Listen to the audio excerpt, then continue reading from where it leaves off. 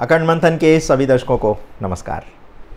मैं हूं शेखर त्रिपाठी और आप देख रहे हैं हमारा YouTube चैनल अखंड मंथन। आगे क्या होने वाला है वेब सीरीज में, आज एक बार पुनः हम संसार के देशों पर परमाणु बम के हमले के बड़े संकट का विश्लेषण करने जा रहे हैं। जैसे जैसे ग्रहीय स्थितियां अशुभ होती जा रही हैं, संसार पर लाख प्रयास के बाद भी परमाणु युद्ध का संकट बढ़ता दिखाई दे रहा है। जैसा कि हमने आपको इससे पहले के एपिसोड में बताया था कि लाख प्रयास क्यों न किए जाएं, रूस यूक्रेन की लड़ाई अब बिना परमाणु बम के समाप्त होने वाली नहीं है। ये बात अमेरिका भी बहुत अच्छी तरह से जानता है, तभी तो वह रूस को भड़काता ही जा रहा है। पुतिन पहले ही कह चुके हैं कि अगर नाटो और अमेरिका ने यूक्रेन को लंबी दूरी की मिसाइलों के प्रयोग की अनुमति दी तो परमाणु युद्ध को टाला नहीं जा सकेगा और हम अपनी संप्रभुता की रक्षा करने के लिए परमाणु बम से हमला कर देंगे। एक बार उन्होंने 6 घंटे पहले ही परमाणु बम से हमले की चेतावनी देकर पश्चिमी देशों की हवा निकाल दी है। रूस ने परमाणु हमले को लेकर अपनी नई नीति का ऐलान किया है। राष्ट्रपति व्लादिमीर पुतिन ने कहा है कि परमाणु राष्ट्र के समर्थन वाले देश के रूस पर हमले में दोनों देशों को आक्रमणकारी माना जाएगा। इसके बाद रूस दोनों पर जवाबी कार्रवाई करने के लिए स्वतंत्र होगा। इसका अर्थ ये हुआ कि अब रूस सिर्फ यूक्रेन पर ही परमाणु बम से हमला नहीं करने वाला है, बल्कि उसके हमले की जद में अमेरिका और नाटो देश भी आने वाले हैं, क्योंकि इन सभी देशों की सहायता के बल पर ही यूक्रेन इस युद्ध में 2 वर्ष से अधिक समय से टिका हुआ है। अब एक बार फिर से पुतिन की चेतावनी ने पश्चिमी देशों के लिए एक बड़ी समस्या खड़ी कर दी है। पुतिन ने हाल में ही राष्ट्रीय सुरक्षा परिषद की बैठक में यह स्पष्ट किया कि परमाणु हथियार संपन्न देश के समर्थन से गैर परमाणु हथियार वाले देश का रूस पर हमला दोनों देशों का संयुक्त हमला माना जाएगा और जवाबी कार्रवाई की जाएगी।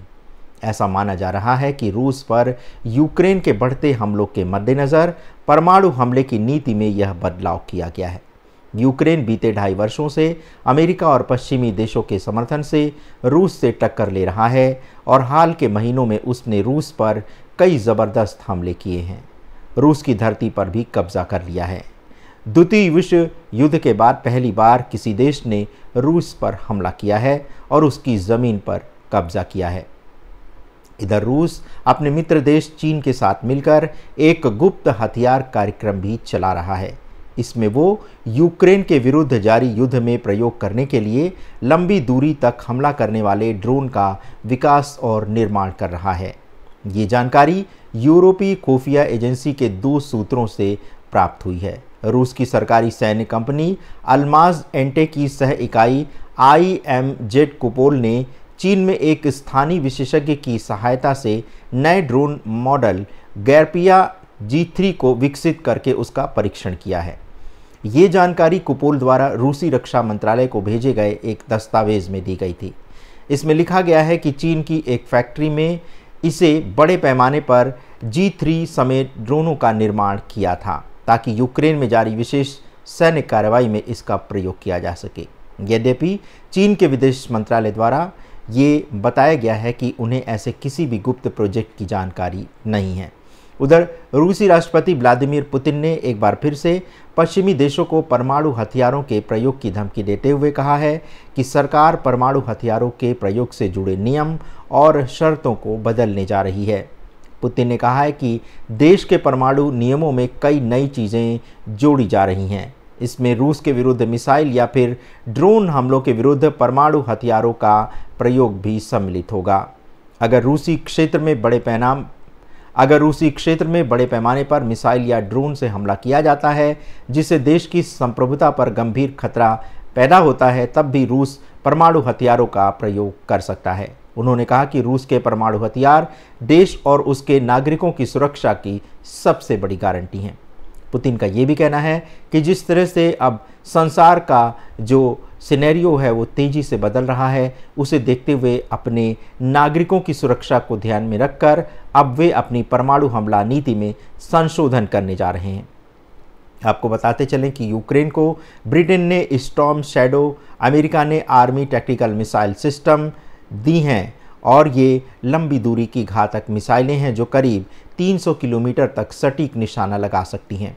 लेकिन अभी तक यूक्रेन इन मिसाइलों का प्रयोग रूस में नहीं बल्कि सिर्फ अपनी सीमा के भीतर ही कर सकता है।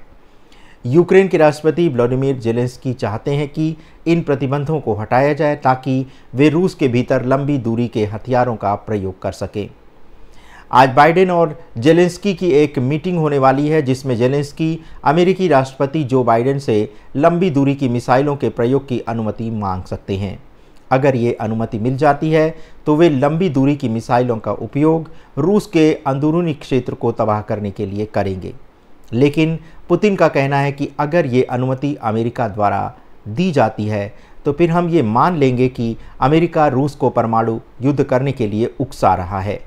रूसी राष्ट्रपति ने 12 सितंबर को भी कहा था कि अगर पश्चिमी देश यूक्रेन को क्रूज मिसाइल के प्रयोग की अनुमति देते हैं तो इसका ये अर्थ समझा जाएगा कि नाटो रूस के खिलाफ अब युद्ध के मैदान में खुलकर सामने आ चुका है। उन्होंने कहा कि अगर ऐसा होता है तो वो इसका उत्तर अवश्य देंगे। आपको बता दें कि यूक्रेन 2.5 वर्ष से अमेरिका और पश्चिमी देशों के समर्थन से रूस के विरुद्ध युद्ध लड़ रहा है। यूक्रेन ने अगस्त में रूस में घुसकर उसके कई क्षेत्रों पर कब्जा भी कर लिया था। रूस अपने क्षेत्रों को छुड़ाने के प्रयास में जुटा हुआ है। इधर कुछ अंतर्राष्ट्रीय सुरक्षा विशेषज्ञों का कहना है कि अब वो समय आ गया है जबकि अमेरिका द्वारा यूक्रेन को लंबी दूरी की मिसाइलों से हमला करने की अनुमति मिल जाए, क्योंकि अमेरिका और ब्रिटेन अब इस सिलसिले में गंभीरता से विचार कर रहे हैं। उधर पुतिन का कहना है कि अगर अमेरिका ने ये अनुमति दे दी तो इस युद्ध में बहुत बड़ा परिवर्तन होने वाला है। पुतिन का कहना है कि इन हथियारों का प्रयोग सैटेलाइट के बिना संभव नहीं है। यूक्रेन के पास अभी ऐसी कोई तकनीक नहीं है। यह केवल यूरोपियन यूनियन के सैटेलाइट या फिर अमेरिकी सैटेलाइट की सहायता से ही किया जा सकता है। पुतिन ने यह भी जानकारी दी है कि सिर्फ नाटो सैन्यकर्मियों को ही इन मिसाइल सिस्टम का प्रयोग करने की ट्रेनिंग दी गई है। यूक्रेनी सैनिक ये मिसाइल ऑपरेट नहीं कर सकते हैं।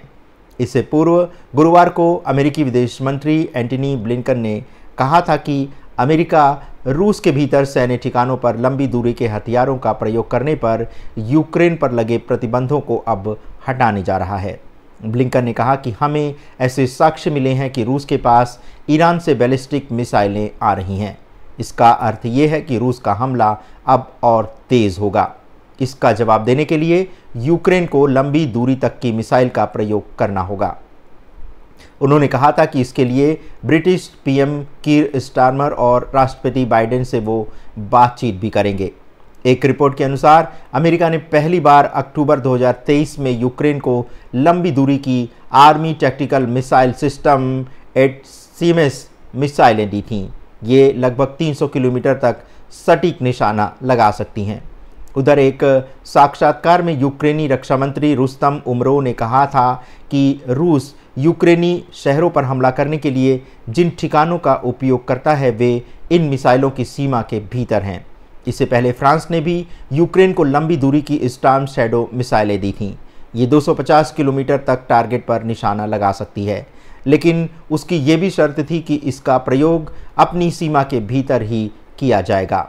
लेकिन ये भी पता चला है कि रूस यूक्रेन जंग के बीच अमेरिका ने छिपकर यूक्रेन को लंबी दूरी की मिसाइलें भी दे दी हैं।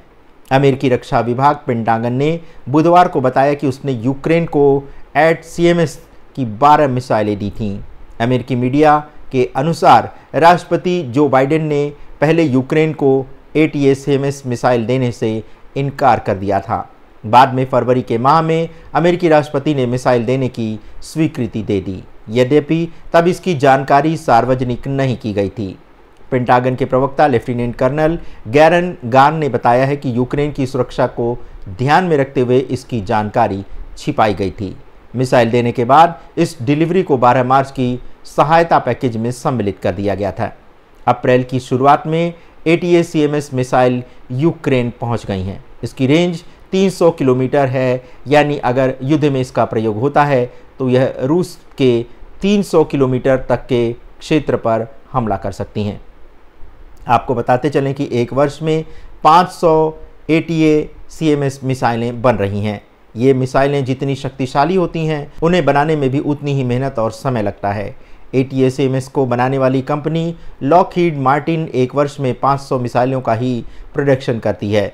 यूक्रेन को मिसाइल देने से पहले अमेरिका ने कंपनी से अधिक मिसाइलें खरीदी ताकि अमेरिका के जखीरे में इसकी कमी ना हो। दरअसल अमेरिकी अधिकारियों के अनुसार रूस ने इस वर्ष की शुरुआत में उत्तर कोरिया से बैलिस्टिक मिसाइलें खरीदी थीं और मार्च में इससे यूक्रेन के रिहायशी इलाकों पर भी हमला किया गया था। इसके बाद से ही बाइडेन ने यूक्रेन को लंबी दूरी की मिसाइल देने पर सहमति व्यक्त की थी। पेंटागन ने बताया है कि अमेरिका ने ATACMS मिसाइल देते समय सभी नियमों का पालन भी किया है। वहीं बाइडेन ने बुधवार को यूक्रेन को 5 लाख करोड़ रुपए के सहायता पैकेज से जुड़े बिल पर भी हस्ताक्षर कर दिया है। पेंटागन के अनुसार इस पैकेज में भी यूक्रेन को ATACMS मिसाइल देने की बात कही गई है। इससे पहले अमेरिका ने पिछले वर्ष नवंबर में यूक्रेन को कम दूरी वाली ATACMS मिसाइलें दी गई थीं। इसकी रेंज 150 किलोमीटर थी। इधर 2.5 वर्ष से युद्ध लड़ रहे यूक्रेन के पास हथियार और सैनिक दोनों की ही संख्या में अब कमी होने लगी है। उधर एक समाचार एजेंसी के अनुसार यूक्रेन रूस जंग में अब तक 50,000 से अधिक रूसी सैनिकों की मृत्यु हो चुकी है। वहीं यूक्रेन ने जंग के दूसरे वर्ष में 27,300 रूसी सैनिकों को गंवाया है। रिपोर्ट में ये भी कहा गया है कि मरने वालों का आंकड़ा बढ़ सकता है।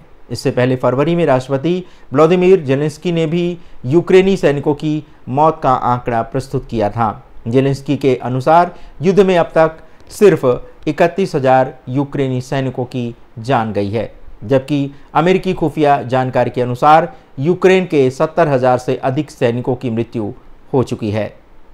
लेकिन अब ऐसा लगता है कि इस युद्ध का क्लाइमेक्स निकट है, क्योंकि बुधवार को ही पुतिन ने ये स्पष्ट चेतावनी देते हुए कहा है कि अगर रूस पर पारंपरिक मिसाइलों से हमला किया गया तो वह परमाणु हथियारों का प्रयोग कर सकता है। यूक्रेन में चल रहे युद्ध के कारण रूस और पश्चिम के बीच बहुत तनाव बढ़ता जा रहा है और ये युद्ध अब परमाणु युद्ध के मोड़ पर पहुंच चुका है। ये घटना 1962 के क्यूबा मिसाइल संकट की भी याद दिला रहा है, जब शीत युद्ध के दौरान दो महाशक्तियां अमेरिका और सोवियत यूनियन परमाणु संघर्ष के अत्यंत निकट पहुंच गई थीं। तो अब वही संकट एक बार फिर से सिर उठाने लगा है। अखंड मंथन के अनुसार ये परमाणु हमला 2025 के जनवरी माह से पहले भी हो सकता है, क्योंकि रूस अब इस युद्ध में आर पार की लड़ाई लड़ने वाला है।